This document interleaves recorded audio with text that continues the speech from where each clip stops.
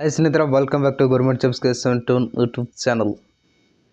ಯಾರು ಮೊದಲ ಬಾರಿಗೆ ನಮ್ಮ ಯೂಟ್ಯೂಬ್ ಚಾನಲ್ ನೋಡತ್ತೀರಿ ದಯವಿಟ್ಟು ಸಬ್ಸ್ಕ್ರೈಬ್ ಮಾಡಿಕೊಡ್ರಿ. ಪಕ್ಕದಲ್ಲಿರ್ತಕ್ಕಂಥ ಬೆಲ್ ಐಕನ್ನ ಪ್ರೆಸ್ ಮಾಡಿ ಇಟ್ಕೊಡ್ರಿ. ನಾನು ಮುಂದೆ ಹಾಕ್ತಕ್ಕಂಥ ಜಾಬ್ ಅಪ್ಡೇಟ್ಗಳಾಗಿರ್ಬೋದು, ಉದ್ಯೋಗದ ಮಾಹಿತಿ, ಅದೇ ರೀತಿಯಾಗಿ ಕ್ಲಾಸಸ್ ಆಗಿರ್ಬೋದು, ಇಂಡಿಯನ್ ಆರ್ಮಿ ಬಗ್ಗೆ ಮಾಹಿತಿ ಆಗಿರ್ಬೋದು, ಇಂಡಿಯನ್ ಆರ್ಮಿ ಎಕ್ಸಾಮ್ ಏಪ್ರಿಲ್ಗೆ ಸ್ಟಾರ್ಟ್ ಆಗ್ತಾವೆ. ಅದಕ್ಕೂ ಮುಂಚೆ ನಾವು ಎಕನಾಮಿಕ್ಸ್ BA1 ವಿದ್ಯಾರ್ಥಿಗಳಿಗೋಸ್ಕರ ಕ್ಲಾಸ್ ಸೀರೀಸ್ನ ಹಾಕ್ಕೊಂಡಿದ್ವಿ. ಇವತ್ತು BA1 DSC ಎಕನಾಮಿಕ್ಸಲ್ಲಿ DSC 1 ಕ್ಲಾಸ್ನ ಮಾಡ್ತಿದ್ವಿ. ರಾಣಿ ಚೆನ್ನಮ್ಮ ಯೂನಿವರ್ಸಿಟಿನ ಸ್ಕೋಪ್ ಆಗಿಟ್ಕೊಂಡು. ಅದರಿಂದ ಸ್ನೇಹಿತರೆ, ಯಾರ್ಯಾರು ನೋಡಕತ್ತಿರೋ ದಯವಿಟ್ಟು ಸಬ್ಸ್ಕ್ರೈಬ್ ಮಾಡಿರಿ. ಮತ್ತು ಯಾರಾದರೂ ಇದ್ರೆ ನಿಮ್ಮ ಸ್ನೇಹಿತರು ಇರ್ತಾರೆ, ನಮ್ಮ ಸಿಸ್ಟರ್ಸು ಬ್ರದರ್ಸ್ ಇರ್ತಾರೆ, ಅವ್ರಿಗೆ ನಮ್ಮ ವಿಡಿಯೋನ ಶೇರ್ ಮಾಡಿರಿ. ಯೂಟ್ಯೂಬ್ನ ಚಾನಲ್ ಸಬ್ಸ್ಕ್ರೈಬ್ ಮಾಡ್ಕೊಳ್ಳೋಕೆ ಸ್ನೇಹಿತರೆ, ಇದೇ ನೀವು ಕೊಡುವಂಥ ದೊಡ್ಡ ಉಡುಗೊರೆ ಆಗಿರ್ತದೆ ಸ್ನೇಹಿತರೆ. ಹಾಗಾದರೆ ಸ್ಟಾರ್ಟ್ ಮಾಡೋಣ ಬನ್ನಿರಿ ಸ್ನೇಹಿತರೆ. ಅರ್ಥಶಾಸ್ತ್ರದ ಮೇಲಿನ ವಾಕ್ಯಗಳು. ಅರ್ಥಶಾಸ್ತ್ರ ಮೇಲಿನ ವಾಕ್ಯಗಳಲ್ಲಿ ಯಾವ ವಾಕ್ಯಗಳು ಬರ್ತಾವೆ ಮತ್ತು ಯಾರ್ಯಾರು ಬರ್ತಾರೆ ಅಥವಾ ಯಾವ ಪುಸ್ತಕದಲ್ಲಿ ಅಂತೇಳಿ 1 ಮಾರ್ಕ್ಸ್ ಕ್ವಶನ್ ಬರೋ ಸಾಧ್ಯತೆ ಇರುತ್ತೆ. ಮೊದಲನೇದಾಗಿ ಸಂಪತ್ತಾಧಾರಿತ ವಾಕ್ಯ. ಸಂಪತ್ತಾಧಾರಿತ ವಾಕ್ಯ ಇದನ್ನು ಯಾರು ಹೊರಡಿಸಿದರು ನೋಡ್ರಿ. ಇದನ್ನು 1776ರಲ್ಲಿ ಅಡಮ್ ಸ್ಮಿತ್ ಅರ್ಥಶಾಸ್ತ್ರದ ಪಿತಾಮಹ ಯಾರು ಅಂತ ಕ್ವಶನ್ ಆಗ್ಬೋದು ಸ್ನೇಹಿತರೆ. ಅಡಮ್ ಸ್ಮಿತ್ ಅರ್ಥಶಾಸ್ತ್ರ ಪಿತಾಮಹ ಆಗಿದ್ದಾರೆ. ಅವರ 1776ರಲ್ಲಿ ಒಂದು ಬುಕ್ ಅಥವಾ ಒಂದು ಪುಸ್ತಕವನ್ನು ಹೊರಗಡೆ ತರ್ತಾರೆ. ಇಲ್ಲ ಒಂದು ಗ್ರಂಥ, ಅದು ಯಾವುದಂತಂದ್ರೆ ರಾಷ್ಟ್ರಗಳ ಸಂಪತ್ತಿನ ಸ್ವರೂಪ ನೋಡ್ಕೊಳ್ಳಿ. ರಾಷ್ಟ್ರಗಳ ಸಂಪತ್ತಿನ ಸ್ವರೂಪ ಮತ್ತು ಕಾರಣಗಳ ಕುರಿತು ಒಂದು ಪರಿಶೀಲನೆ ಎಂಬ ಪುಸ್ತಕದಲ್ಲಿ ಅವರು ಅರ್ಥಶಾಸ್ತ್ರದ ಬಗ್ಗೆ ಮೊದಲ ಬಾರಿಗೆ ಏನು ಮಾಡ್ತಾರೆ, ಪ್ರಕಟವನ್ನು ಮಾಡ್ತಾರೆ. ಅರ್ಥಶಾಸ್ತ್ರ ಸಂಪತ್ತಿನ ಶಾಸ್ತ್ರವೆಂದು ಸ್ಮಿತ್ ಅವರು ಹೇಳ್ತಾರೆ. ಅರ್ಥಶಾಸ್ತ್ರ ಏನಿದೆ ಸ್ನೇಹಿತರೆ, ಇದು ಅರ್ಥಶಾಸ್ತ್ರ ಎಕನಾಮಿಕ್ಸು, ಇದು ಸಂಪತ್ತಿನ ಶಾಸ್ತ್ರ. ಇದೊಂದು ಏನು ಸಂಪತ್ತಿನ ಶಾಸ್ತ್ರ ಅಂತ ಯಾರು ಹೇಳ್ತಾರೆ, ಅಡಮ್ ಸ್ಮಿತ್ ಅವರು ಹೇಳುತ್ತಾರೆ. ಅದರಿಂದ ಇದಕ್ಕೆ ಏನಂತಾರೆ, ಸಂಪತ್ತಾಧಾರಿತ ವ್ಯಾಖ್ಯೆ ಅಂತ ಕರೀತಾರೆ. ನಿಮಗೆ ಕ್ವಶನ್ ಯಾವ ರೀತಿಯಾಗಿ ಬರ್ಬೋದು ಅಂತ ಹೇಳ್ತೀನಿ ನೋಡ್ರಿ. ಸಂಪತ್ತಾಧಾರಿತ ವಾಕ್ಯವನ್ನು ಹೊರಡಿಸಿದವರು ಯಾರು ಅಂತ ಕೇಳ್ಬೋದು. ಯಾರಂತ ಸ್ನೇಹಿತರೆ, ಅಡಮ್ ಸ್ಮಿತ್. ಸಂಪತ್ತಾಧಾರಿತ ವಾಕ್ಯವನ್ನು ಯಾವ ಗ್ರಂಥದಲ್ಲಿ ಹೊರಡಿಸಿದರು ಅಂದರೆ ರಾಷ್ಟ್ರಗಳ ಸಂಪತ್ತಿನ ಸ್ವರೂಪ ಮತ್ತು ಕಾರಣಗಳ ಒಂದು ಪರಿಶೀಲನೆ. ಮತ್ತು ಯಾವ ಇಸ್ವಿ ಅಥವಾ ಯಾವ ವರ್ಷ ಅಂತ ಕೇಳ್ಬೋದು, 1776ರಲ್ಲಿ. ಯಾರಂದ್ರೆ ಅಡಮ್ ಸ್ಮಿತ್ ಅರ್ಥಶಾಸ್ತ್ರದ ಪಿತಾಮಹ ಆಗಿರುವರು. ಇಷ್ಟು ಸಂಪತ್ತಾಧಾರಿತ ವಾಕ್ಯದ ಬಗ್ಗೆ ಏನಾಗಿದೆ ಸ್ನೇಹಿತರೆ. ಇದಾದ ನಂತರ ಮುಂದೆ ನೋಡ್ಕೊಡ್ರಿ, ಇದ್ರ ಬಗ್ಗೆ ಟೀಕೆಗಳು ಬರ್ತಾವ. ಇದೇ ರೀತಿಯಾಗಿ ಒಂದೊಂದಾಗಿ ಬರ್ತಾ ಹೋಗ್ತದೆ ಸ್ನೇಹಿತರೆ. ಅದಾದ ನಂತರ ಮತ್ತೆ ಸಂಪತ್ತಾಧಾರಿತ ವಾಕ್ಯ ಬರ್ತದೆ. ಯೋಗಕ್ಷೇಮ ಆಧಾರಿತ ವಾಕ್ಯ ಒಂದು ಬರ್ತದೆ ಸ್ನೇಹಿತರೆ. ಯೋಗಕ್ಷೇಮದ ವಾಕ್ಯವನ್ನು ಯಾರು ಹೊರಡಿಸಿದರು ಎಂಬ ಕ್ವಶನ್ ಆಗ್ತದೆ. ಯೋಗಕ್ಷೇಮದ ವಾಕ್ಯವನ್ನು ಆಲ್ಫ್ರೆಡ್ ಮಾರ್ಷಲ್ರವರು ಹೊರಡಿಸ್ತಾರೆ. ಯೋಗಕ್ಷೇಮದ ವಾಕ್ಯವನ್ನು ಆಲ್ಫ್ರೆಡ್ ಮಾರ್ಷಲ್ರವರು ಹೊರಡಿಸ್ತಾರೆ. ಇವರನ್ನು ಆಧುನಿಕ ಅರ್ಥಶಾಸ್ತ್ರದ ಪಿತಾಮಹ ಎಂದು ಕರೆಯುತ್ತಾರೆ. ಆಧುನಿಕ ಅರ್ಥಶಾಸ್ತ್ರದ ಪಿತಾಮಹ ಎಂದು ಕರೀತಾರೆ ಸ್ನೇಹಿತರೆ. ಯಾರ್ಯಾರು SSC-GD ಬರ್ದಿರು ನೋಡ್ರಿ. ಮೊನ್ನೆ ನಡೆದಕ್ಕಂಥ ಸ್ಟೆಷನ್ ನಿನ್ನೆ ಅದರ ಕೀ ಆನ್ಸರ್ ಸಹ ಬಂದಿದೆ. ಅದರಲ್ಲಿ ಈ ಕ್ವಶನ್ ಆಗಿದೆ ಸ್ನೇಹಿತರೆ. ಆಧುನಿಕ ಅರ್ಥಶಾಸ್ತ್ರ ಪಿತಾಮಹ ಯಾರು ಅಂತಂದರೆ ಆಲ್ಫ್ರೆಡ್ ಮಾರ್ಷಲ್ ಆಗಿರುವರು. ಹಾಗಂತಂದ್ರೆ ನೆಕ್ಸ್ಟ್ ನೋಡ್ಕೊಡ್ರಿ, ಈಗ BA1 ಕಡೆ ಬರೋಣ.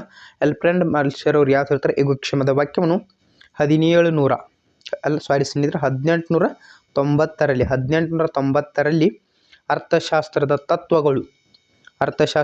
ತತ್ವಗಳು ಪ್ರಿನ್ಸಿಪಲ್ ಆಫ್ ಎಕನಾಮಿಕ್ಸ್ ಎಂಬ ಗ್ರಂಥದಲ್ಲಿ ಮಾರ್ಷಲ್ರವರು ಹೊರಡಿಸ್ತಾರೆ. ಯಾವುದು ಯೋಗಕ್ಷೇಮದ ವ್ಯಾಖ್ಯಾನವನ್ನು ನೀಡಿದವರು ಯಾರು ಎಂದು ಕ್ವಶನ್ ಆದರೆ, ಯೋಗಕ್ಷೇಮದ ವ್ಯಾಖ್ಯಾನವನ್ನು ನೀಡಿದವರು ಯಾರು ಅಂತ ಕೇಳಿದರೆ ಆಲ್ಫ್ರೆಡ್ ಮಾರ್ಷಲ್.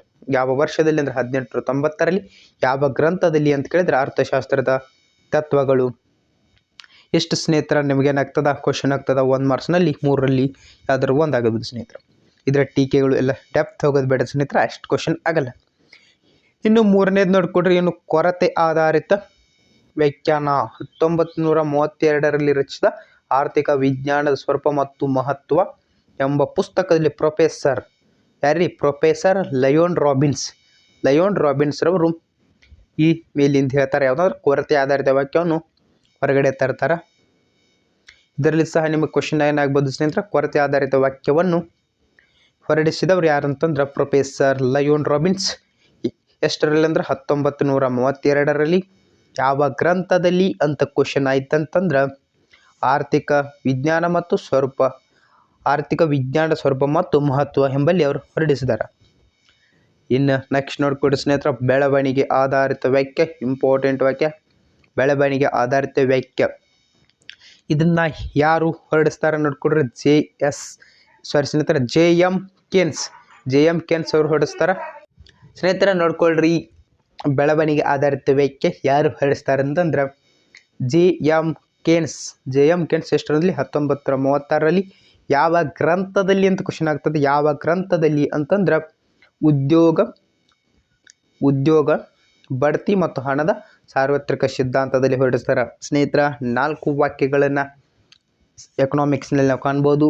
ಸಂಪತ್ತಾಧಾರಿತ ವಾಕ್ಯ ಆಗಿರ್ಬೋದು, ಕೊರತೆ ವಾಕ್ಯ ಆಗಿರ್ಬೋದು ಮತ್ತು ಬೆಳವಣಿಗೆ ಆಧಾರಿತ ವಾಕ್ಯ ಆಗಿರ್ಬೋದು. ಇದೇ ರೀತಿಯಾಗಿ ಈ 4 ವಾಕ್ಯಗಳಲ್ಲಿ ಕೇಳೋದೊಂದೇ, ಯಾರು ಹೊರಡಿಸಿದರು, ಯಾವ ಗ್ರಂಥ ಮತ್ತು ಯಾವ ವರ್ಷ. ಈ 3 ಬೆಸ್ಟ್. ಇದರಲ್ಲಿ ಯಾವುದೇ ರೀತಿ ಕ್ವಶನ್ ಆಗಲ್ಲ ಸ್ನೇಹಿತರೆ. ಈ 3 ನೀವು ನೋಡ್ಕೊಂಡ್ರೆ ಪರ್ಫೆಕ್ಟ್ ಆಗ್ತೀರಿ ಅಣ್ಣ. ನೆಕ್ಸ್ಟ್ ಹೋಗೋಣ ಬರ್ರಿ. ಇನ್ನು ಅರ್ಥಶಾಸ್ತ್ರದ ವ್ಯಾಪ್ತಿ.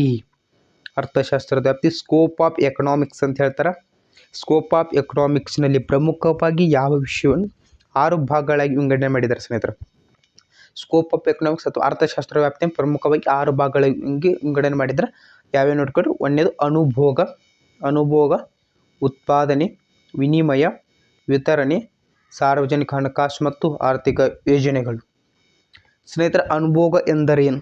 ಅನುಭೋಗ ಅರ್ಥಶಾಸ್ತ್ರ ಈ ಶಾಖೆಯಲ್ಲಿ ಮಾನವನ ಬಯಕೆಗಳು, ಅವುಗಳ ಸ್ವರೂಪ ಮತ್ತು ವೈವಿಧ್ಯತೆ, ಬಯಕೆಗಳನ್ನು ತೃಪ್ತಿಪಡಿಸಿಕೊಳ್ಳುವ ಬಗೆ ಮೊದಲಾದ ಸಂಗತಿಗಳು ಅಧ್ಯಯನ ಮಾಡುವುದೇ ಬಯಕೆ ಸ್ನೇಹಿತರ.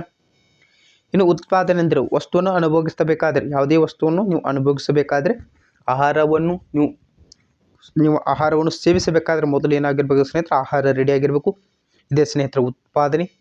ಇದು ಉತ್ಪಾದನೆ ಮಾಡಬೇಕಾದ್ರೆ ಮೊದಲಿಗೆ ಏನು ಬೇಕಾ ಸ್ನೇಹಿತರೆ? ಭೂಮಿ, ಶ್ರಮ, ಬಂಡವಾಳ ಮತ್ತು ಸಂಘಟನೆ ಸ್ನೇಹಿತರ. ಇಲ್ಲೊಂದು ಕ್ವಶನ್ ಆಗ್ತದೆ ನಿಮ್ಗೆ 1 ಮಾರ್ಕ್ಸ್ನಲ್ಲಿ. ಉತ್ಪಾದನಾಂಗಗಳು ಯಾವಂತ ಕೇಳ್ತಾರ? ಭೂಮಿ, ಶ್ರಮ, ಬಂಡವಾಳ, ಸಂಘಟನೆ ಅಂತ ಬರೆಕೊಳ್ರಿ. ನೆಕ್ಸ್ಟ್ 3ನೇದು ನೋಡೋಣ ಬನ್ರಿ ಸ್ನೇಹಿತರ. ವಿನಿಮಯ ಅಂತಂದ್ರೆ ಏನು ತಿಳ್ಕೊಳ್ರಿ ಸ್ನೇಹಿತರೆ? ಉತ್ಪಾದಿತ ಸರಕುಗಳು ಹೇಗೆ ವಿನಿಮಯ ಮಾಡಿಕೊಳ್ಳಬೇಕಾಗುತ್ತದೆ ಅಂದ್ರೆ, ಸರಕುಗಳು ಕೊಟ್ಟು ಹಣಗಳನ್ನು ತೆಗೆದುಕೊಳ್ಳುವುದು ಒಂದು ವಿನಿಮಯ ಸ್ನೇಹಿತರ. ಸರಕುಗಳ ಬೆಲೆಯ ಮಾರುಕಟ್ಟೆಗಳಿಗೆ ಹೋಗಿ ಅವತ್ತು ವಿನಿಮಯ ಮಾಡ್ಕೊಂಡು ಬರೋದು. ಇನ್ನು ವಿತರಣೆ ಸ್ನೇಹಿತರೆ, ಯಾವ ರೀತಿಯಾಗಿ ವಿತರಣೆ ಮಾಡಬೇಕು ಅನ್ನೋದು ಇಂಪಾರ್ಟೆಂಟ್. ಉತ್ಪಾದನೆಯಾದ ಆದಾಯ ಉತ್ಪಾದನೆಗಳ ನಡುವೆ ಹೀಗೆ ಹಂಚಿಕೆ ಆಗುತ್ತದೆ ವಿಷಯ. ಭೂಮಿಗೆ ಏನು ಬರ್ತದೆ ಸ್ನೇಹಿತರೆ? ಭೂಮಿಗೆ ಗೇಣಿ, ಶ್ರಮಕ್ಕೆ ಕೂಲಿ, ಬಂಡವಾಳಕ್ಕೆ ಬಡ್ಡಿ ಮತ್ತು ಸಂಘಟನೆಗೆ ಲಾಭಗಳು ಬರುತ್ತವೆ. ಸಾರ್ವಜನಿಕ ಹಣಕಾಸು ವಿಷಯಕ್ಕೆ ಸರ್ಕಾರದ ಹಣಕಾಸಿನ ವ್ಯವಹಾರಗಳು ಅಧ್ಯಯನ ಮಾಡುತ್ತದೆ.